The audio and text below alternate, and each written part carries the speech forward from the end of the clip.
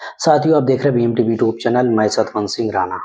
सभी साथियों को फुले सो अम्बेडकर प्यार, जय भीम, जय जोहार, जय संविधान। साथियों, अभी तक आप लोगों ने मेरे चैनल को सब्सक्राइब नहीं किया तो सब्सक्राइब करें, बेल आइकन को प्रेस करें, वीडियो नीचे कमेंट जरूर करें। साथियों, आज बात करेंगे कि जिस तरह से सोशल मीडिया पर, खासकर यक्स पर, एलन मस्क ने जब से यक्स को खरीदा है और ज्यादा ब्रांड और ज्यादा टेक्निकल बना दिया है और एक नया फीचर्स दिया है, ग्रोक।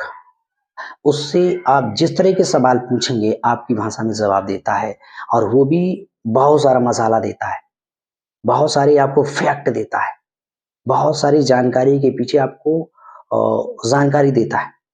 तो जिसको लेकर लगातार सवाल पूछे जा रहे हैं और खासकर ब्राह्मणवादी व्यवस्था को लेकर सवाल पूछे जा रहे हैं। इनको जो काल्पनिक धर्मशास्त्र हैं, जो इनका धर्म है, जाति भेदभाव, छुआछूत, ऊंच नीच पर खड़ा है, उसके बारे में लोग पूछने का काम कर रहे हैं सोशल मीडिया पे। तो उसको लेकर लगातार साथियों यक्स और ग्रुप जवाब दे रहा है।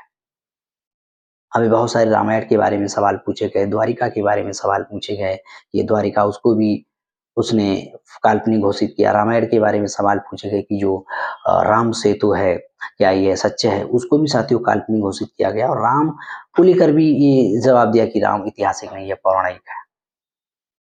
और अलग अलग तरह के सवाल पूछे जा रहे हैं और लोग इसको सवाल पूछ रहे हैं, जिससे डरी हुई भारत सरकार भी एक्स पर पाबंदी लगाने को लेकर आ रही है।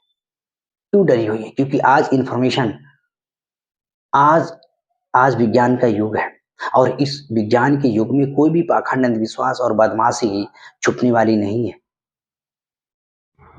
दुनिया के लोगों ने जो ये विज्ञान भारत में जो आई है और जो ये सोशल मीडिया जो हथियार दिया है, ये सबसे खतरनाक हथियार है। और ये हथियार लगातार साथियों बड़े पैमाने पर लोग इस पे काम कर रहे हैं और इसको इस्तेमाल कर रहे हैं इस ब्राह्मणवादी व्यवस्था के विरोध में। और जो इनकी बदमाशी धर्मशास्त्रों में है, उसको उजागर करने का काम यक्स ग्रुप कर रहा है। साथियों, ऐसा एक सवाल पूछा गया महाभारत के बारे में। साथियों, साइंस जर्नी नाम का ट्विटर हैंडल है, इन्होंने पूछा, इनका यूट्यूब चैनल भी है। साथियों, हमारे स्क्रीन पर देख सकते हैं, इन्होंने पूछा, क्या पूछा?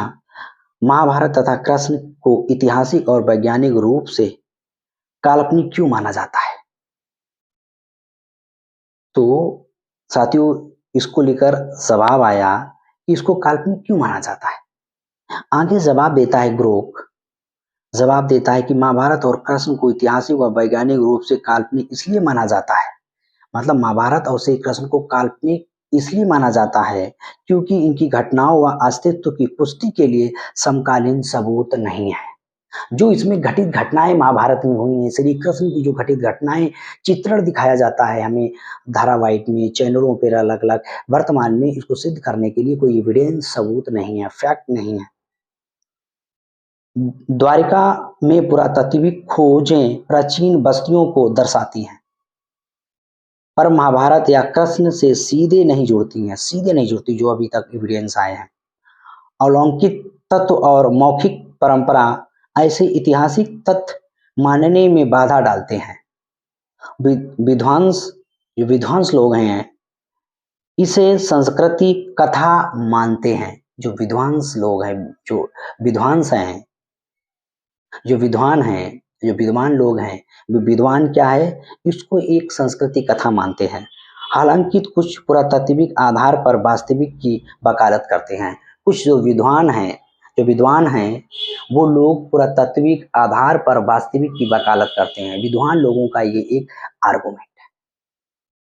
तो साथियों, ग्रुप ने सीधा कहा कि वर्तमान में कृष्ण और महाभारत को पुख्ता तौर पर सिद्ध करना किया जाना तथ्य के आधार पर, फैक्ट के आधार पर, सच के आधार पर नहीं है, कोई एविडेंस नहीं है। अलग अलग मिले हैं लोगों के अलग अलग समय के, लेकिन इनका कोई पुख्ता इतिहास और सबूत नहीं है। ये पौराणिक है, ये काल्पनिक इसलिए माना जाता है, एक इनके फैक्ट और सबूत नहीं है। लेकिन जो महाभारत में कहानियां गढ़ी गई, जो कहानियां इधर उधर से लाई गई, कौरव पांडवों के बीच में कलेश युद्ध दिखाया गया, पारिवारिक कलेश युद्ध दिखाया गया, इसमें कोई ज्ञान की बात नहीं। श्री कृष्ण के प्रवचन दिखाए गए हैं, वर्ण व्यवस्था को श्री कृष्ण मान रहे हैं, शूद्रों को एक साइड में रखने का काम कर रहे हैं, शूद्रों के अगेंस्ट में उनके बहुत सारे वक्तव्य दिखाए गए महाभारत में। जैसे शूद्रों को राजा नहीं बनने का अधिकार, इस तरह के बहुत सारे गढ़ और बहुत सारे कर्ण और कर्ण की आपको एक कहानी दिखाई जाती है।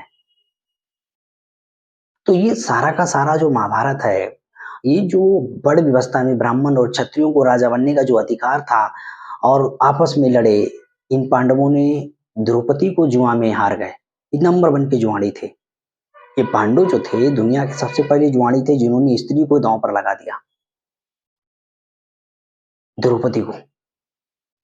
और महाभारत की कहानी के बारे में अलग अलग लोगों के अलग अलग मत है, अलग लोगों के अलग अलग सिद्धांत है। लेकिन वर्तमान में सोशल मीडिया के जमाने में बहुत सारी काल्पनिक चीजों को काल्पनिक तौर पे उनका चित्रण करके उनके चित्र बनाए गए 1700 1800 लगभग 1700 के तकरीबन ये सारे देवी देवताओं के चित्र बनाए गए, उभारे गए इमेजन के तौर पे और अनुमानों के तौर पे कि देवी दिखाई गई सरस्वती, तो उनको बीड़ाड़िया पकड़ा दिया और उस तरह की उनकी एक पेंटिंग बना दी गई।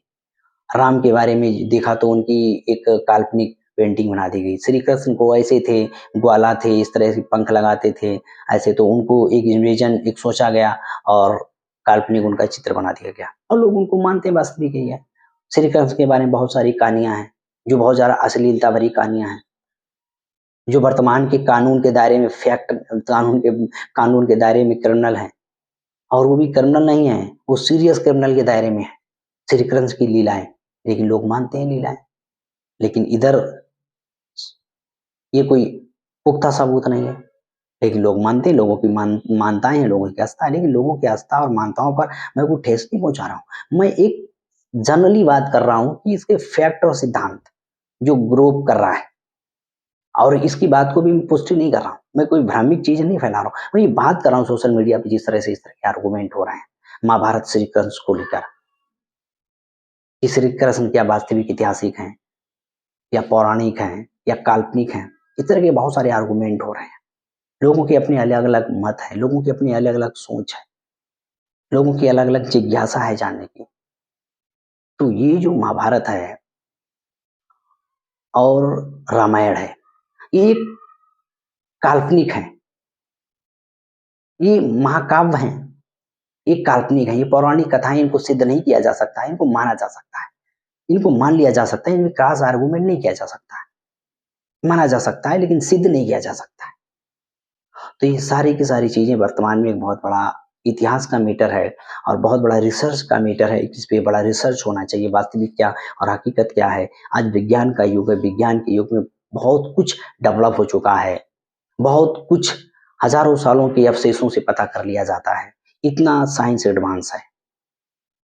तो साथियों, इस वीडियो के बारे में, इस महाभारत के बारे में, इस ग्रुप ने जो जानकारी दी है महाभारत के बारे में और श्री कृष्ण के बारे में, इसके बारे में आपका क्या कहना है, हमें कमेंट बॉक्स में अपनी प्रतिक्रिया शेयर जरूर करें और हमारे वीडियो को अपने व्हाट्सएप ग्रुप पर शेयर जरूर करें। देखते रहिए BMT यूट्यूब चैनल। इस वीडियो में आज तक इतना है।